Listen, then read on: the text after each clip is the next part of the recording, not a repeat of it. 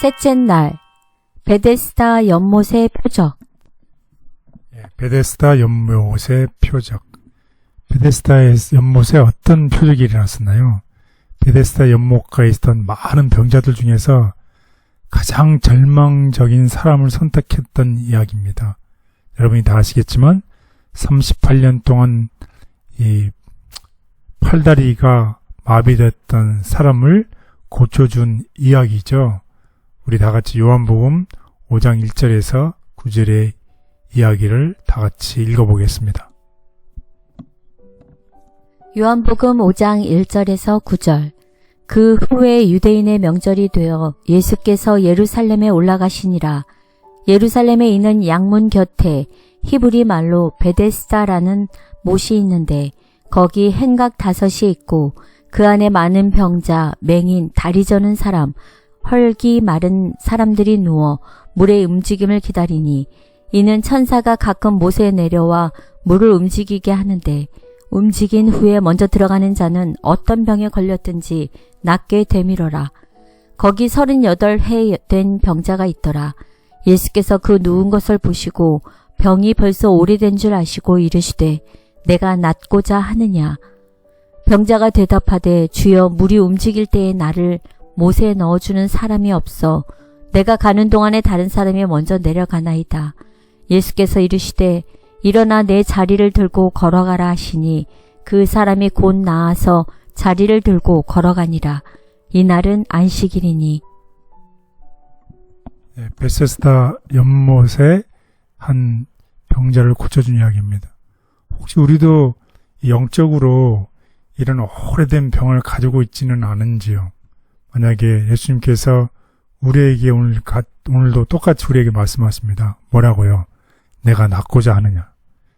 그런데 이 병자는 의심이 없이 내가 일어나 걸어가라고 했을 때 바로 걸어갔어요. 뭐라고 이렇게 되묻지 않았죠?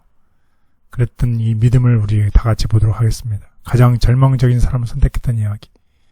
그래서 예수님의 사랑이 담긴 질문 속에서 결국은 자기 자신을 도우려고 찾아오신 예수님을 분명히 알았던 이 병자는 예수님께서 단순히 이 병자에게 명령하셨어요. 뭐라고 명령하셨냐요?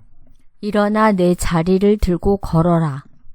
이랬을 때 우리가 이렇게 반응을 왜 그래야 되죠? 혹은 뭐 여러 가지 물어볼 수 있잖아요. 그렇지 않았다는 것이에요. 이 병자는 즉시 응답하였고 즉시 응답하는 그의 믿음에 대해서 그는 일어서게 되었고 38년 동안 마비되었던 그의 팔다리가 움직이기 시작했다는 것이죠. 얼마나 감격적인 것인가요?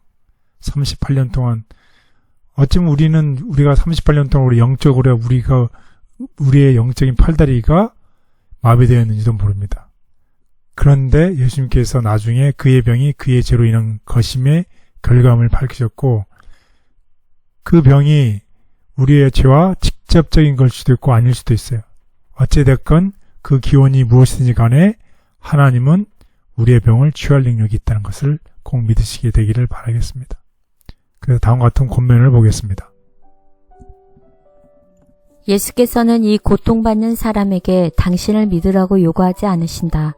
그는 단지 일어나 내 자리를 들고 걸어라 가라 라고만 말씀하신다.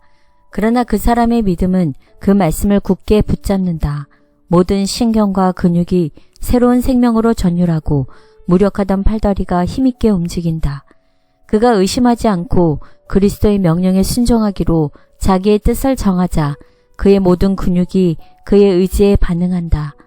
두 발을 힘차게 내디디며 그는 자신에게 활력이 돌아왔음을 느낀다. 예수께서는 하나님의 도움에 대한 아무런 보증도 그에게 주지 않으셨다. 그 사람은 멈추어 의심하여 나을 수 있는 유일한 기회를 놓칠 수도 있었다. 그러나 그는 그리스도의 말씀을 믿었으며 그 말씀에 의지하여 행동함으로 힘을 얻었다. 내가 낫고자 하느냐? 그리스도께서는 그에게 내가 낫고자 하느냐라고 질문하셨다. 이 얼마나 이상한 질문인가? 그것 때문에 그가 그곳에 있었던 것이 아닌가? 그러나 그리스도께서는 그 사람의 마음속에서 완전해지고자 하는 소원을 표현하기를 원하셨다. 그리고 그리스도께서 그에게 일어나 내 자리를 들고 걸어가라고 명령하셨을 때 그는 그리스도께서 하라고 하신 그대로 했다. 그는 논쟁을 하기 위해 머뭇거리지 않고 그가 명령받은 그대로 했다. 그는 자기의 침상을 들고 걸어갔으며 그때로부터 치료되었다. 이것이 우리에게 필요한 믿음이다. 만약 그대가 모든 것을 설명하고 모든 점을 논리적으로 이해하기 위해 멈추어 선다면 그대는 그대의 죄악 가운데서 죽을 것이다. 왜냐하면 그대는 결코 만족을 얻지 못할 것이기 때문이다.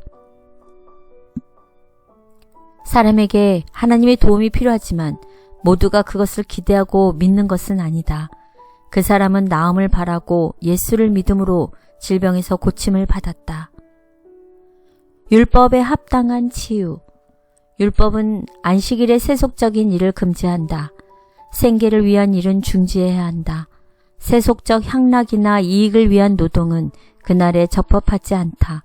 하나님이 당신의 창조하시는 역사를 쉬시고 안식하심으로 그날을 거룩하게 하신 것처럼 사람도 그의 일상생애의 일에서 떠나서 이 거룩한 시간을 건전한 안식과 예배와 거룩한 일을 위하여 바쳐야 한다. 그리스도께서 병자를 고치신 사업은 율법에 완전히 일치했다. 그 행위는 안식일을 존귀하게 했다.